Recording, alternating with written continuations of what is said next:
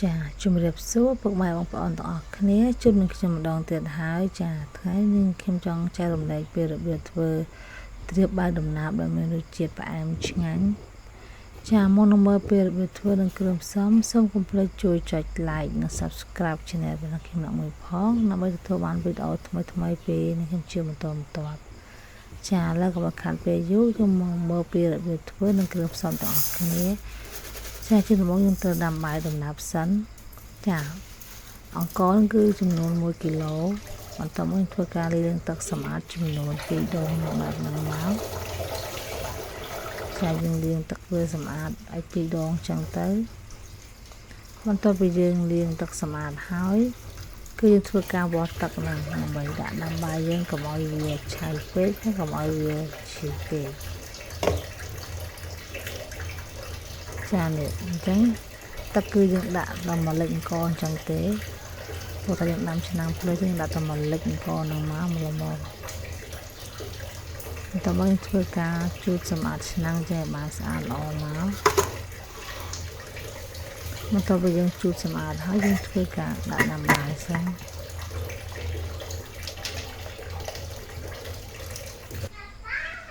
ចាបន្ទាប់យើងដាក់ដាំហើយគឺឥឡូវគឺបាយដំណើបយើងបានឆ្អិនហើយការយើងបើកមកក្លិនឈ្ងុយ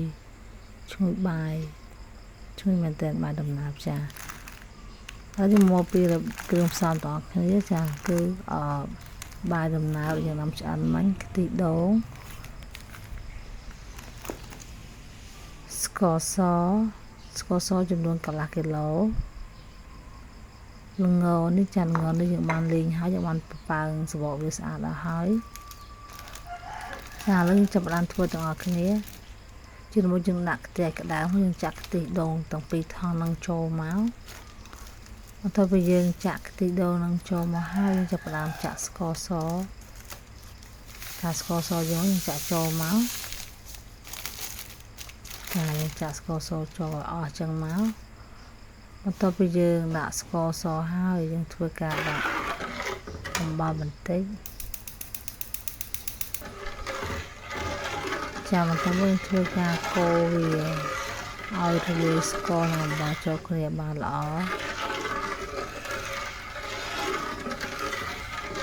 ធ្វើការកូរបែបហ្នឹងមកចាឥឡូវស្ករសយើងបានខ្ទិះដូងចាប់ផ្ដើមពុះហើយបន្ទាប់ពីខ្ទិះដូងយើងពុះបានល្អហើយយើងធ្វើការចាក់បាយយើងចូលមកបាយដែលយើងដាំឆ្អិនមិញយើងដាក់ចូលអស់ចឹងមកចាបន្ទាប់ពីយើងដាក់ចូលអស់ចឹងមកយើងធ្វើការកូរវាកូរបាយនឹងទឹកខ្ទិះដូងឲ្យវាចូលគ្នាសព្វបានល្អបន្ទាប់មកយើងនៅតែបន្តការកូរវារហូតដល់បាយដំណើបយើងដាច់ទឹកបានល្អព្រោះថាបើយើងកូរវាអត់ដាច់ទឹកល្អទេគឺបាយដំណើបយើងនឹងគឺវាឈាយអញ្ចឹងយើងធ្វើការកូរវាដាច់ទឹកកូររហូតកូរហើយកូរទៀតចាហើយយើងកូរបែបហ្នឹងចាឥឡូវបាយដំណើបយើងបានដាច់ទឹកល្អហើយចាបន្ទាប់ពីបាយដំណើបយើងដាច់ទឹកបានល្អហើយនេះបាយយើងដាច់ទឹកល្អមែនតើនេះ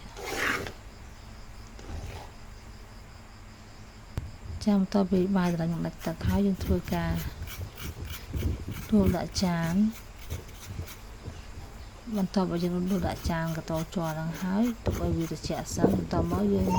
ធ្វើការកោសដូងខ្ចីហ្នឹងបងប្អូនអាចដាក់ដូងចាស់ក៏បានដូងខ្ចីក៏បានតែចំពោះខ្ញុំដាក់ដូងខ្ចីដើម្បីផ្អែមសាច់ខ្ចីវាផ្អែមល្អឆ្ងាញ់ពេលហូបទៅចាបន្តមកគឺបន្ទាប់ពីបាយដំណើបយើងវារឹងត្រជាក់ហើយចាប់ផ្ដើមធ្វើការរោយល្ងពីលើមកចាយើងរោយល្ងឲ្យសព្វបែបហ្នឹងមកចាយើងរោយវាអញ្ចឹងមករោយវាឲ្យសព្វ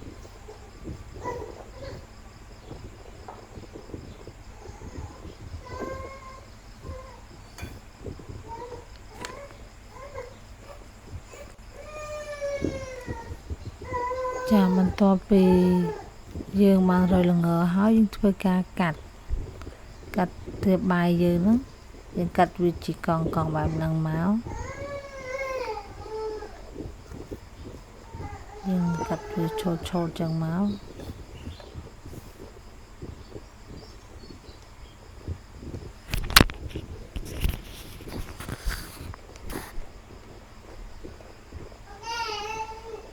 យើងកាត់វាដួសដាក់ចានមក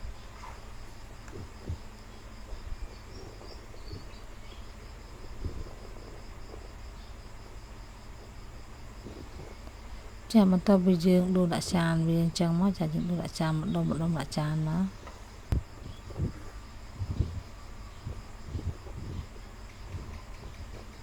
ចាបន្ទាប់ពីយើងដួសដាក់ចានហើយយើងធ្វើការរោយ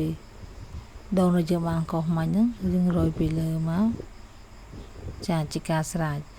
ចាជើចង់សូមអរគុណសម្រាប់ការតាមដានទស្សនានៅ Channel របស់នេះខ្ញុំសូមកុំភ្លេចជួយចុច Like និង Subscribe Channel របស់ខ្ញុំផងដើម្បីទទួលបានវីដេអូថ្មីៗជាបន្តចាអរគុណច្រើនសូមជម្រាបលា